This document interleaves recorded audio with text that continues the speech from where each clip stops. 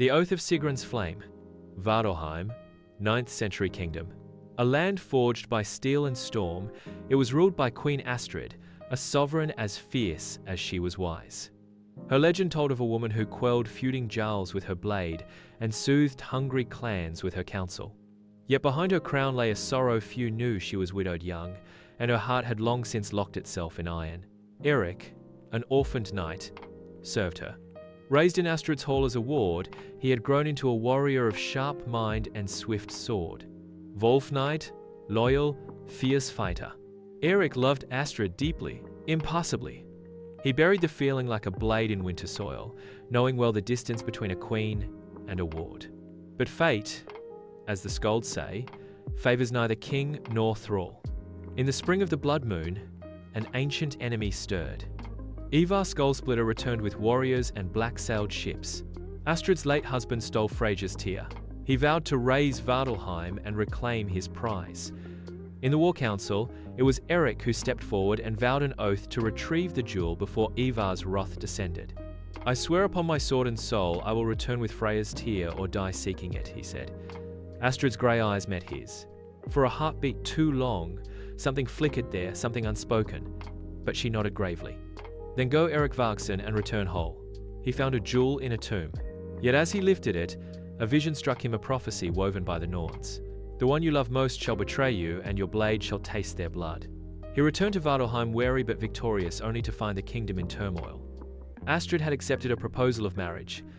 To secure an alliance against Ivar, she had agreed to wed Jarl Sten Grimhand, a brutal but powerful lord of the southern clans. The bans were already proclaimed. Betrayed by duty, Erik's soul burned.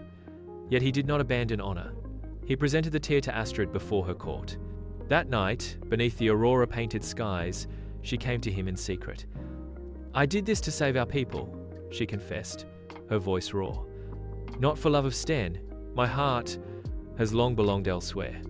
She brushed her hand against his cheek, calloused from sword work, soft with something long denied. "To you, Erik." But before dawn could crown them, treachery broke like a thunderclap.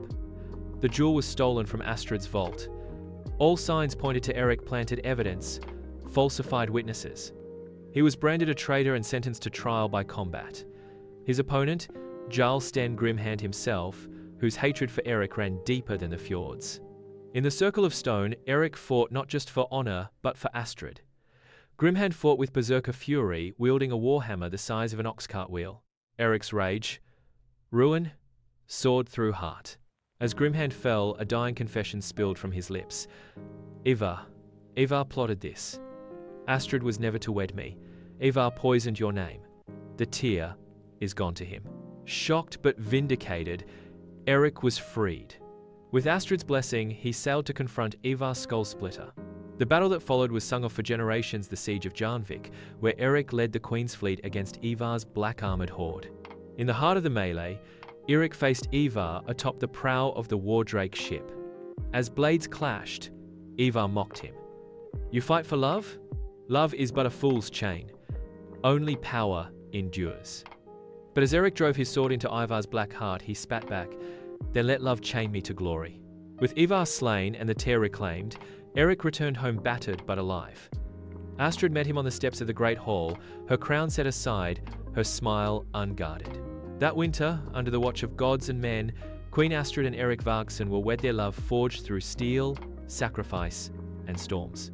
Some say the Freyja's tear shimmered brightly that day, not because of the goddess's blessing, but because it had finally witnessed a love worthy of legend. And so ends the saga of Erik Vargsson and Queen Astrid, a tale of oaths sworn in iron, hearts bound by fate, and love forged in the fires of war. From the windswept fjords of Vardalheim to the blood-soaked longships of Jarnvik, their story reminds us of an ancient truth whispered across many tribes and tongues. Honor may guide the blade, but love gives it purpose. In every land, from the Norse skalds to the warrior poets of distant shores, stories like these echo the same beat that devotion, sacrifice, and courage are the pillars upon which both kingdoms and hearts are built. If you listen closely to the wind, perhaps you can still hear the song of the wolf knight and his queen carried across the ages, waiting to awaken in the hearts of those brave enough to follow love, no matter the cost. You've been watching Folktales of Many Tribes. Like, share, Subscribe, and join us next time as we unveil another legend lost to time.